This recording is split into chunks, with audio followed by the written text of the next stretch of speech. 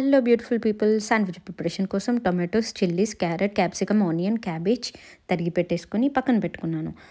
పొయ్యి మీద బాండి పెట్టి 2 స్పూన్ల ఆయిల్ వేసి, హాఫ్ టీ స్పూన్ జీలకర్ర వేసి, హాఫ్ టీ స్పూన్ ఆవాలు వేసి వేయించుకుని, అవి వేగాక సన్నగా తరిగి పెట్టుకున్న ఆనియన్స్ వేసుకొని కొంచెం దూరగా వేయించుకున్న తర్వాత పచ్చిమిర్చి కూడా యాడ్ చేసేసి అవి కూడా కొంచెం వేగనివ్వాలి. దాని తర్వాత మనం క్యాప్సికమ్ కూడా యాడ్ చేసుకొని లైట్గా వేగనిద్దాము.